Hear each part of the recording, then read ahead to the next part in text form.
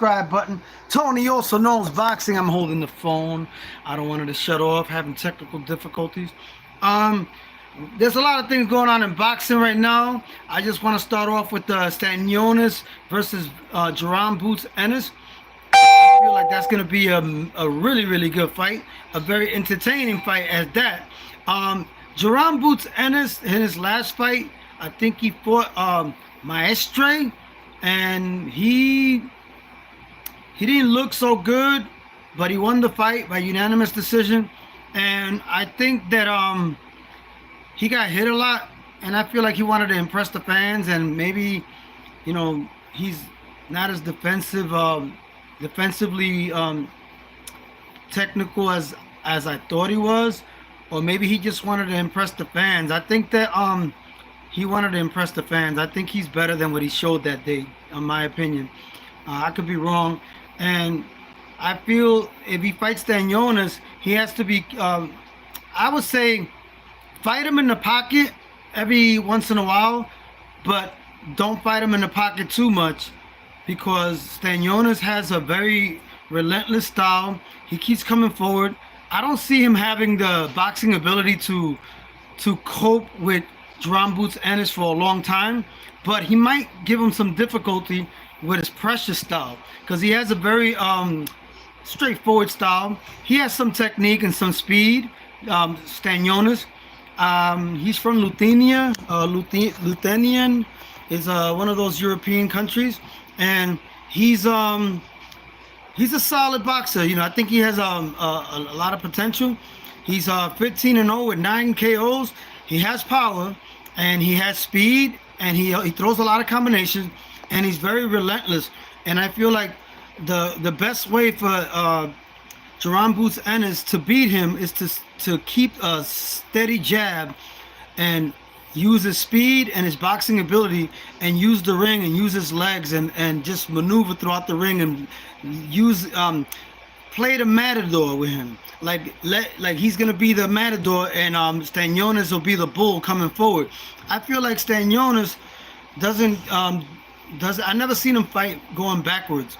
I've always seen him go forward. I never seen him use his legs. He's pretty methodical going forward, and I feel like that style could cause a little bit of trouble for Jaron Boots Ennis if he doesn't stay on cue with his boxing and doesn't stay in the pocket every once in a while, because I feel like with the style that Jaron Boots Ennis has, he should be able to use his ring IQ, his boxing ability, use the ring, footwork, throw the jab, a constant jab, because I noticed in Staniones' last fight, he got hit with the jab. You know, even though he is the champion. He is a champion currently. But I feel there's somebody calling me at the wrong time. All right, call me when I'm not busy. Anyway, this is Tony Also Knows Boxing. You're tuning into my channel. I think Staniones, we're back live. Staniones' best opportunity to win the fight between Jaron Boots Ennis is to throw relentless combinations. Jaden, how you doing, my brother? Yeah, I'll give you a shout out. Here's Kermit YT. Can I get a shout out? Tune in to subscribe to Tony Also Knows Boxing. I'll shout you out. Just subscribe to my channel, Tony Also Knows Boxing, and check out my music on all major platforms. Spotify. My name is Tony Also. You can find my music on Spotify, Pandora, YouTube, and all major platforms. Download the songs. Check it out. But yeah, Staniones. What Jaron Boots Ennis has to be careful. I appreciate you. Here's Kermit YTV. I appreciate you, my brother. Thanks for subscribing, and thanks for tuning in. Jaden, thanks for tuning in. Subscribe to my channel, Tony Also Knows Boxing. If you want the greatest content of boxing that you ever heard in your life, check out my channel and subscribe to my channel. If you want the truth, the unadulterated truth, you have to subscribe to my channel, and you have to, well, you don't have to. It has to come naturally. And I feel like if you want something honest and something unadulterated truth, you're gonna get that on my channel. So yeah, Staniones, I feel like he is dangerous in this fight, because the kind of style that he has, he throws a lot of combinations. He's pretty fast, and he throws the hook, uppercut. He doesn't get tired. He has a lot of stamina. But from what I understand, Jaron Boots Ennis, he doesn't get tired either, and he has a great boxing IQ. And I feel that the thing that Staniones struggles with, based on the fights that I've seen, I see him struggle with the jab. And somebody that can move, he's good at cutting the ring. But I feel like with Staniones, the best opportunity for him to win or hurt Jaron Boots Ennis if Jaron Boots Ennis stays in the pocket for too long. And I feel like in that fight, particularly between Staniones and Jaron Boots Ennis, I think that Jaron Boots Ennis would have to fight in the pocket every once in a while, but not a lot. Just every once in a while. But for the most part, I say 90% of the fight or 80% of the fight, he should use his boxing IQ in the ring. No, I would say he should use 90% of his boxing IQ, and 10% he should fight in the pocket every now and then to show him that he can hurt him on the inside. Because I believe that Jaron Boots Ennis has a good uppercut, a great uppercut, and he has a great jab. So I feel like those are key ways for him to fight Staniones. I feel Jaron Boots Ennis will be able to master and dominate Staniones if he fights 90% boxing using his IQ, his jab, moving around the ring, and then setting up Staniones to walk into the counters and be like the matador in the fight and let Staniones be the bull. And then every once in a while, if he tags him enough, go in the pocket with Staniones, Jaron Boots Ennis that is, and go in with the jab and then use a hook or uppercut. But always throw the jab first if you're going to fight in the pocket, and then throw the uppercut or a hook. And I think that he can possibly knock out Staniones or just hurt him or knock him down or win by unanimous decision. Either way, the best way for Jaron Boots Ennis to fight Staniones is to actually only fight 10% in the pocket, throwing the jab, and then throwing the hook or the uppercut afterwards. I feel like that's his best way to win in boxing 90% of the time. Using his ring IQ and footwork and movement and using the ring 90% of the time. I think that's his best way to win. I feel that would be an interesting fight, and based on what I saw, subscribe to my channel, Tony Also Knows Boxing. Subscribe to my channel, Tony Also Knows Boxing.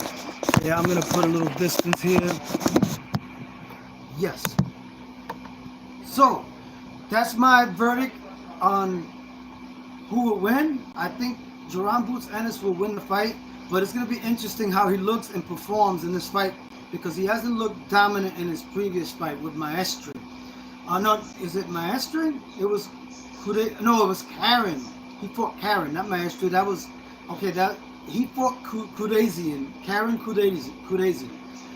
Jaron Boots Ennis didn't look so dominant in that fight, but he won the fight by unanimous decision. And I feel that if they fight, if he fights, he should have never rematched him.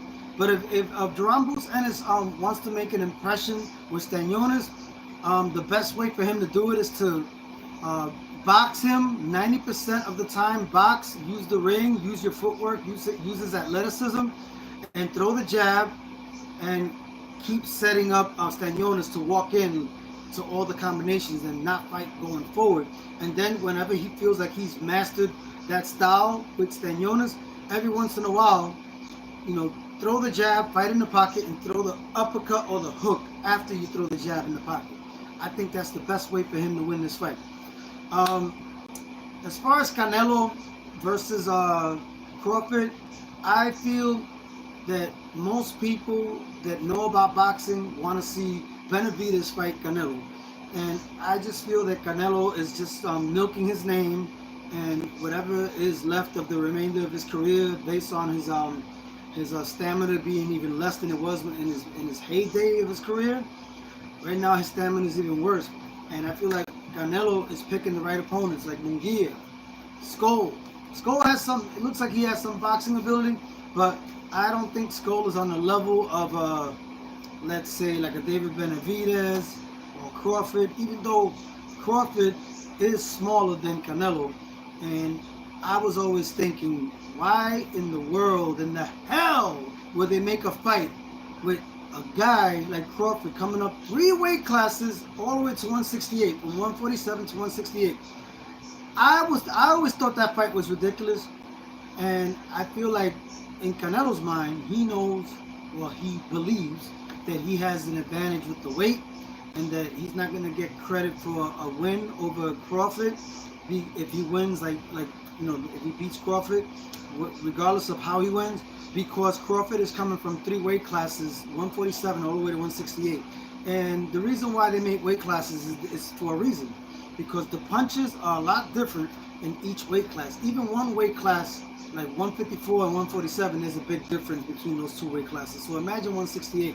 But there's a lot of variables that we have to look at. When you look at Canelo, he's not a tall guy. He's a heavy guy, but he's not a big guy for that weight class, 168. He's not really a strong, tall middleweight. I think he's very limited as far as his boxing ability. He's not as fast and not as athletic as people give him credit to be. And I don't think that he's gotten better ever since he lost to Mayweather. He's still the same fighter that struggled with boxing ability. That's why he lost to Lara, even though they gave him the fight with Lara. I think he lost to Lara. And the best performance of Canelo was, I would say, Daniel Jacobs. And I think Kurbalov was already past his prime, and he moved up in weight to fight him, but I feel like he was way past his prime, and that's the reason why they strategically chose Canelo.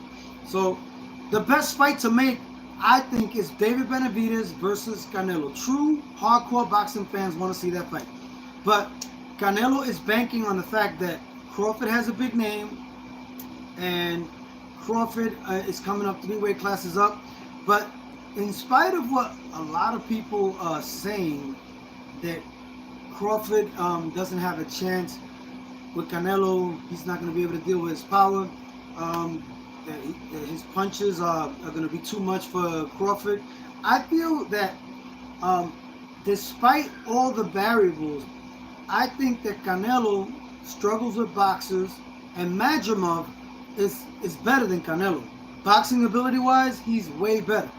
I don't know why they're comparing apples to potatoes, because I feel like Madrimov gave Crawford a good fight, a very competitive fight. I still think that Crawford beat him, but you have to look at his amateur pedigree. He had a lot of fights in the amateurs, and just because he had some fights doesn't mean that that's his overall history. You got to also take into account that he had a lot of amateur fights before he went pro. So the guy had a lot of technique, a lot of skills, a lot in his resume under his belt. So I feel like the guy was actually better than Canelo. That guy, Madrimov, would destroy Canelo. He would beat Canelo. The guy that gave Crawford a competitive fight, which I believe Crawford won, hands down. It was a competitive, close fight, but I think Crawford won by 3 rounds or 2 rounds. He still won, and you got to understand that style is a lot more advanced. Madrimov's style is more advanced than Canelo, and I feel like Virgil Ortiz did a good job. He knocked out Madrimov. You know, styles make fights. That doesn't mean he'll beat Crawford if they fight. You know, just because Virgil Ortiz looked better than Crawford in that fight. It looked less competitive, but it's all about the styles. And I feel like Crawford's style is poison for Canelo, because Crawford knows how to box, and he has speed, and he can time Canelo, and he'll make up for the fact that Canelo has somewhat more power because of the weight difference. But I feel like they're both the same size. I know they are both the same size, 5'9". So, and Crawford said he has longer reach than Canelo. So I feel like Crawford will definitely use all his intangibles, all his skills, and I think that all he has to do is throw the jab, use his footwork, and every once in a while fight him in the pocket, but try to use more of his footwork, lateral movement. And I think that Canelo, that's poison for Canelo. Canelo has no footwork. He's flat-footed. Canelo is like walking on sand when he fights. Sometimes I think he's looking for money. Like he's looking for coins. No. So anyway, I think that Canelo is I was before I was saying that Canelo, that fight is so uneven. You know, it might be because of the weight class, but you got to look at the skills as well, not only the weight, because you know Crawford said he's been fighting bigger guys all his life and he's always come out on top. And you know Canelo is Canelo, you know. So I feel like Canelo doesn't have the athleticism to cope with Crawford's style, despite him having the weight advantage. All he has to do is stay smart and not fight in the pocket too much with Canelo, because Canelo does have the weight advantage, but he doesn't have the skill advantage. Experience-wise, Canelo has more experience, but Crawford, I think Crawford has enough experience, and he's a dog because he's been through a lot. He's been shot at. He's been shot in the head in Nebraska where he lived, bullets, and when you survive stuff like that, you almost feel like you're unstoppable. That I feel like the way he feels that he's unstoppable is in a humble way. He's not cocky or arrogant. He just believes in himself. And Crawford is the type of person that he knows that what he's up against Canelo. He's not undermining him, or he's not underestimating him in any way. He just knows and believes in his ability. And Canelo is the type of person that when you believe in your ability, he goes, he think he's Superman. He think he's Superman. Yeah, like what he says about Benavidez. I'm like, you're supposed to believe in yourself. What, you want somebody not to believe in themselves? And then if they don't believe in themselves, you fight them? Because you know you could beat them because they got a weak mind. Because they don't believe in themselves, right? So Canelo, he's a hypocrite. He says, when they asked him, is the reason that you didn't fight Benavidez because of his attitude? What rubbed you the wrong way about Benavidez, that you chose not to fight him? I don't know how to answer that question, but I think that he's not even a champion in my weight class, and what has he accomplished? Nothing. And he's very disrespectful, not only to me but to everybody. And then he says he think he's Superman. Well, he has to respect you to get a fight with you. Since when the best that want to fight the best have to kiss somebody's ass just to be getting a fight with them? Since when the best have to say that they don't believe in themselves, that I'm not good enough to beat Canelo, deserve to get a fight? Since when does somebody that is an accomplished fighter like Benavidez had to say, oh, I respect Canelo so much, please fight me, please, you have to fight me, please, don't, I am being very respectful to you, I love you, Canelo, could you give me a fight? Since when does a fighter have to go down to that level to get a fight with somebody like Canelo? Canelo wants to gatekeep, and he's arrogant, and he thinks that somebody has to kiss up to him and be tippy-toeing around the truth about what they feel about themselves, just so Canelo doesn't get offended or intimidated and to get a fight with you. Why does somebody have to tippy-toe around you, Canelo, to get a fight with you? Why does somebody have to say, Canelo, I love you, Canelo, please give me a fight, I love you, don't deny me a fight, I am not the best, you are the best, give me the fight? Because you are such a hypocrite and you're so insecure that that's an excuse. I don't think that's the reason you don't want to fight him. The reason why you don't want to fight him is because you're scared you're going to lose. And you know that whatever's left of your career, you have to make the most money possible at the end of your career with whatever's left with your abilities, which you have less stamina now because you're not as young as you used to be. And you never had the stamina to begin with. And you've been known to using steroids. Caleb Plant called you out on it, and you was like, I don't like when you tell me that. You're very disrespectful. He's not being disrespectful, he's telling the truth. If he's telling the truth, he's being respectful to the people that want to know the truth and the integrity of boxing. So if he's telling you that you need to stop using steroids, he said the truth. Then you should have never used steroids if you don't want people to come at you with the truth. If you want to live a hypocritical lie and hide behind your boxing name and hide behind the opponents that you selectively pick, then you shouldn't do the things that you do and just be honest and have integrity, Canelo. Don't cheat. You've cheated in the past. You've used illegal substances, and you blame the tacos that you ate in Mexico. That's very disrespectful. You even accusing your own people of helping you cheat, and you wasn't aware of it. Stop using other people as a scapegoat for what you knew you did. You intentionally use illegal substances so you can have an advantage in the ring, but Canelo Schmanelo. That's what I'm going to call you now, Canelo Schmanelo. Because I don't take you as serious as those boxers that follow you that think they know about boxing and they don't call things out for what they are.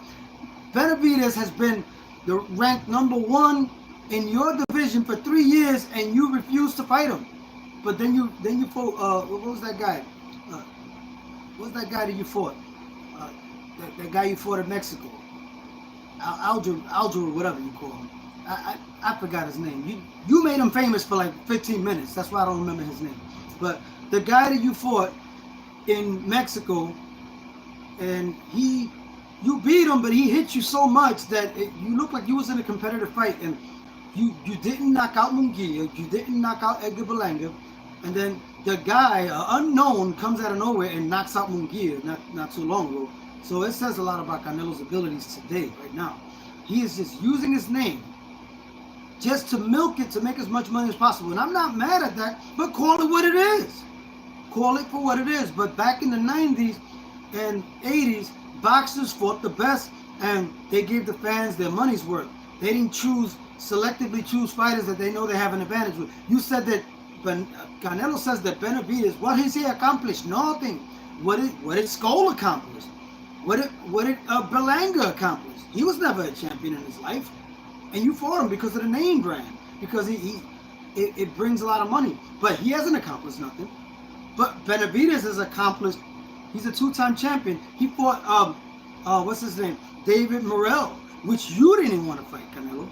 He fought him and he beat him. He fought the other guy, Dion, what's his name, Demetrius Andrade. He fought him. You didn't fight him. Okay, Caleb Plant, and you have a common opponent with Caleb Plant. The only reason why Benavidez didn't knock out Caleb Plant is because that referee kept interfering every time that Benavidez was about to knock him out. The referee kept interfering. That referee with those big eyes, those big fish eyes, I forget that referee's name, but I think he's full of crap. Even with the Tank Davis fight versus Roach, he was probably paid off, because the way he kept, he didn't even count that as a knockdown when it could have been counted as a knockdown. So I don't want to talk about that fight, but I think that the David Benavidez versus Canelo fight is a much bigger fight than Crawford versus Canelo. Yes, because it's in the same weight class. Despite him moving up, because Canelo didn't want to fight him, David Benavidez moved up. But I feel like the best should fight the best, and I truly believe that Crawford has a great chance of pulling off an upset against Canelo, because he has all the skills, the boxing ability, he has the pedigree, the movement. But Canelo said the reason why he wouldn't want to fight Crawford is because he's this is what he said in the past, that nobody would give him credit if he beats him because he's coming up from 3 weight classes. And he was trying to say that Charlo was big when Charlo was not big. He came from 3 weight classes too, and Canelo couldn't even knock him out, but he beat him. He dominated him. So Canelo's a contradiction, a walking contradiction. And Canelo said that he didn't want to fight Crawford because he's not entertaining, that he moves a lot. Really, what he's trying to say, that's a code word for like, oh, he has so much skill, I can't cope with that boxing ability. But now that Crawford, he said that in his last fight, Crawford showed that he's willing to fight and he doesn't move as much as he used to. Canelo said that, then now he'll be willing to fight him. I think he's a hit. He's willing to fight him because he thinks that if Madrimov was able to look that competitive with Crawford, and Crawford wasn't boxing that much in that fight, that he has a bigger chance of winning. Canelo Schmanelo. That's why I call him Canelo Schmanelo. I can't take Canelo Schmanelo serious. That's why I call him Canelo Schmanelo. I don't call him Canelo Saul Alvarez. No, I call him Canelo Schmanelo because he's a freaking marshmallow. If David Benavidez fights him, he's going to turn into a marshmallow. Look, I'm being funny about it, but I'm also serious about it. Look, I think Canelo does not want a boxer that can actually box, throw fast combination, and have great defense and school him. He don't want that. He wants the easiest fights possible. Felix Trito Trinidad didn't do that. The one you see right here, behind me, he was a warrior. He fought the best. Didn't matter what style they had. He fought David Reed, Fernando Vargas, Oscar De La Hoya, Pernell Whitaker, William Jaffe, Bernard Hopkins. He fought everybody. It didn't matter what kind of style. If you thought you was better than Tito Trinidad, he said, okay, prove it in the ring. prove it in the ring. He would choose to fight whoever it was. It didn't matter who it was. That's why Canelo would never be able to carry the jackstrap of Tito Trinidad. He would never be able to even carry his clothes. He doesn't deserve that. Look, Tito Trinidad right there. You see him? That is one of the top tier boxers ever of all time. And Muhammad Ali, which I met in Coney Island, Brooklyn when I was 13. And Albizu Campos is not a boxer, but he fights for our people. Puerto Rico Libre! Anyway, check out my music. Tony also knows boxing. Check out my music on all major platforms. I sing and I rap. You can check it out on Spotify, Pandora, YouTube, and etc. So, yes. So I already talked about my frustration with Canelo, and him not wanting to fight Benavidez. Benavidez is the man of the hour. He's proven it. And what's that? Oh, I forget that damn trainer's name. He was saying that David Benavidez didn't deserve to fight Canelo. He hasn't earned it yet. He's earned it. He fought David Morrell. He fought Demetrius Andrade. He fought Caleb Plant. And I feel that he's been looking impressive in his last fight and his other fight. Except for the one though he fought that I think that Russian guy. He moved up in his weight class, 175, and it was a unanimous decision, I think. But you know, you gotta understand, styles make fights, and I feel like at 175, he doesn't have the power that he has at the lower weight class, 168. So I think that the Canelo fight and David Benavidez fight will be amazing. And I feel like he's accomplished a lot. But Canelo is saying he accomplished. You know why I'm saying that? Because he's a hypocrite. Because he fought Berlanga. Berlanga hasn't accomplished anything, and Canelo fought him. And Skoll, William Skoll, the Cuban guy that he's going to fight on May 3rd, he hasn't accomplished nothing, but he wants a belt. He wants an easy victory. Now, a fighter that nobody knows. So he's highlighting him like he's some dangerous, skillful fighter. And I feel like Canelo's just doing that so he can look good. But since when have you been a promoter for choosing which way to become the elite status? You're a promoter to pick and choose whatever you want because of the position you're in. That's not what a real boxing fan would consider a great elite fighter, William Skoll. You're just making him look bigger than what he is, just so you can have a hypocritical excuse to fight him. Canelo Schmanelo. His name is Canelo Schmanelo. Anyway, so right now, subscribe to my channel. Tony Also Knows Boxing. Subscribe to my channel. Tony Also Knows Boxing. And I feel the Rolly Romero fight versus Ryan Garcia is going to have Teofimo Lopez versus Arnold Barbosa, and it's going to have Devin Haney versus Jose Ramirez. And Devin Haney got into it with my boy Gabe Rosado, and Gabe Rosado let him know what the deal was. He told him the truth. He said that he chose his fights. Like Gabe Rosado had to work the hard way. He had to fight all the best fighters back to back, and that's the reason why he has losses on his record. But he fought the best back to back, and people still watch him as a hot commodity because people like the way he fights. It's exciting, and he always comes back from a loss, and he really he's been robbed too. He really beat Daniel Jacobs, and they robbed him. And the other one, the J Love fight, he won that fight too, and they robbed him. So, you know, he still made a name for himself in spite of all those losses, like, I don't know, 17 losses. So Devin Haney's father was saying, look how many losses you have. Like, have you ever accomplished a championship? But that's not the point. He's been able to become $1 million fighter with that record and still look impressive in a loss with Golovkin.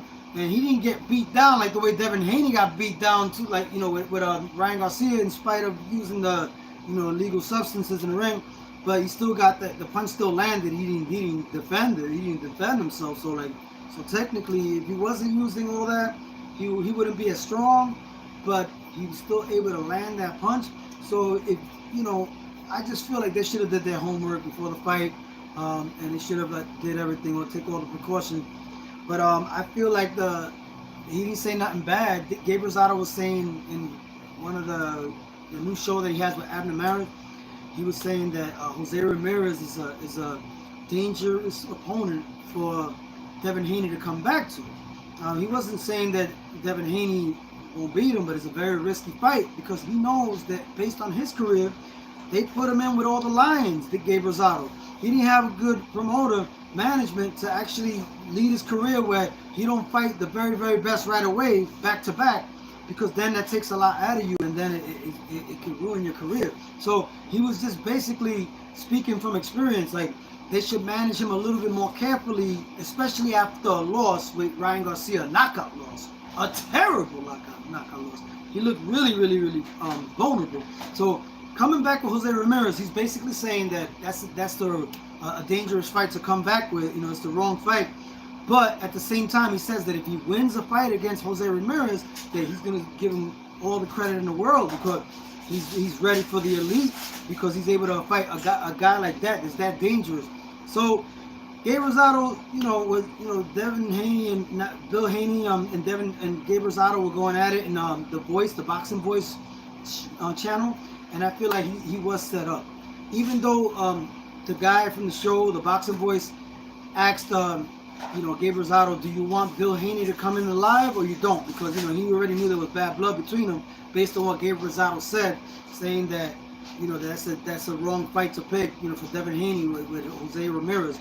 Even though he already knew the history that Bill Haney has with Gabe Rosado, he asked him before, like he let him on the live. He asked Gabe Rosado, do you want me to put Bill Haney on the live? And he said, yeah, we could talk about it, but he thought he was going to actually have a civil conversation.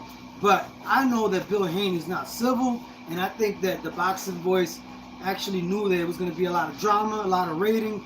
So he asked him, do you want me to put him on the live? The guy from the Boxing Voice asked Gabe Rosado, and Gabe Rosado was like, yeah, if you come at me a certain way, I'm not gonna let you, I'm gonna defend myself. I'm not gonna let you, talk, punk me or nothing. So not in those words, but so when he went on the live, he just went right at Gabe Rosado's record, saying, what have you ever accomplished? Look how many losses you have. And then he said, look, I didn't have my fights fixed. Gabe Rosado said, I didn't have my fights fixed in Mexico. Like, you was able to pick which opponents to win, and basically insinuating that he was able to reverse the losses that he had in Mexico. And he was trying to reverse everything. Bill Haney was trying to say, oh, well, what's wrong with fighting in Mexico? What do you have against your Latino brothers? And Gabe Rosado was like basically telling him, like, why you keep talking about that? That's not even my point. Like, he was trying to divert what Gabe Rosado was saying. Basically that he fixed his fights. He has the right management. He didn't have the right management, Gabe Rosado, and that's the reason why for some of the controversial losses and also for the losses, because he fought back-to-back competitive fights with elite boxers like Golovkin, and Daniel Jacobs. But he really won that fight, but he didn't have the big promoter behind him, so they robbed him of that fight too. So it's all about who you have behind you, who's baptizing you, what promotion is baptizing you. Same thing happened with Subriel Matias. He had to take a dive. Subscribe to that channel, Tony Also Knows Boxing. Subscribe to my channel, Tony Also Knows Boxing. Yeah, subscribe to that channel. Don't be afraid to click that like button. All the real people, they're going to click like and subscribe. But the people that don't like the truth, they're not going to subscribe. They're not going to click like. They're going to steer away. But the ones that really appreciate the truth that I'm bringing to this content, this boxing content, they're going to appreciate all the honesty that all the no holds barred, opinions and assessment and knowledgeable feedback that I'm giving. But yeah, and right now, before I go, there's another fight that I think Arnold Barboza is actually going to beat Teofimo Lopez. I think he's going to win. Teofimo Lopez is, right now, he's not the same mentally, overrated. He avoided Subriel Matias. And I call out all those content creators that said that Subriel Matias was avoiding Teofimo Lopez, and then Teofimo Lopez signed a contract. He never signed no contract. He's not his own boss. Top Rank don't even want to deal with him. They're making him play now. They're making him fight the real fighters now with Arnold Barboza, and he has no control of his career, and nobody wants to deal with him. Even Eddie Reynoso fired. I don't know about fired. Eddie Reynoso got rid of Teofimo Lopez because they can't handle his bad, negative attitude. Nobody wants to deal with him. Like the guy is like bipolar. One day he's one way, one day he's another way. I mean, he has some qualities, Teofimo Lopez. He does, but I think he says some outlandish, ridiculous things, like the monkey comments that he makes. I think he makes some stupid racial comments to get more views, and but you know at the same time, like you're being disrespectful. You know what I mean? But yeah, Tony also knows boxing. I look forward to Keyshawn Davis. Keyshawn Davis is gonna fight, I think, June 7th. The last time I heard he was gonna fight De Los Santos. That's a good one. That is a good one. It's a good test for him. I think he's ready. He's built for that. He's about that life. Keyshawn Davis is about that life. Remember that. Remember, Tony also said it. He's one of my favorite boxers for a reason. Yes. And Xander Zayas, he has a great opportunity with Fundora. Fundora and Xander Zayas. That Sebastian Fundora versus Xander Zayas is a great fight. And I feel like that fight, anybody could win it. And the best way for Xander Zayas to win is to fight in the pocket. Don't let Sebastian Fundora dictate with his reach. And he has to be careful on the inside too, because Sebastian Fundora is really good on the inside. But I feel the more Xander Zayas fights on the inside and smothers him and fights in the pocket within a reasonable distance where he can't use his reach and he can't really throw his combinations, I think Xander Zayas will have the advantage there. If he fights in the pocket, he has to throw fast combinations inside, high guard, and smother him, push him to the side, and then don't let him reset. That's what Xander Zayas has to do to win the fight. But Sebastian Fundora, to win this fight, if he keeps Xander Zayas at the end, that'll be a very difficult fight for Xander Zayas. But I think Xander Zayas has multiple dimensions. He has boxing ability. He can move. He can fight inside. He can move away. He can fight in the pocket. He can fight. He has many different ways to win. He uses angles. He's fast. He throws combinations. The more powerful puncher is definitely Fundora. I'm not gonna lie. I don't like lying.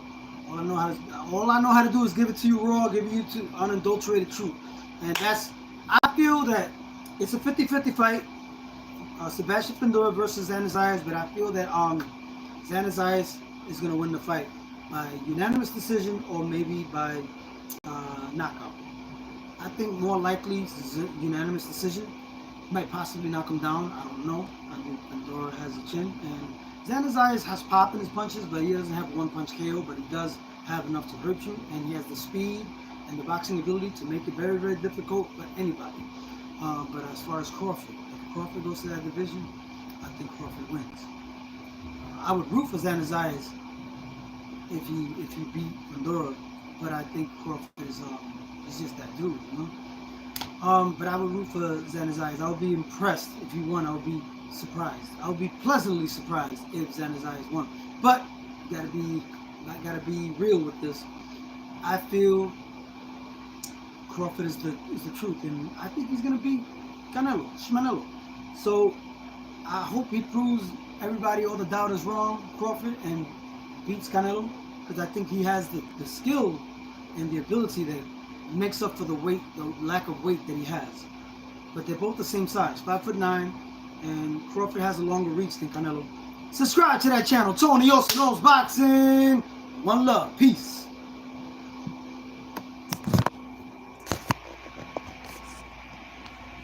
There you go.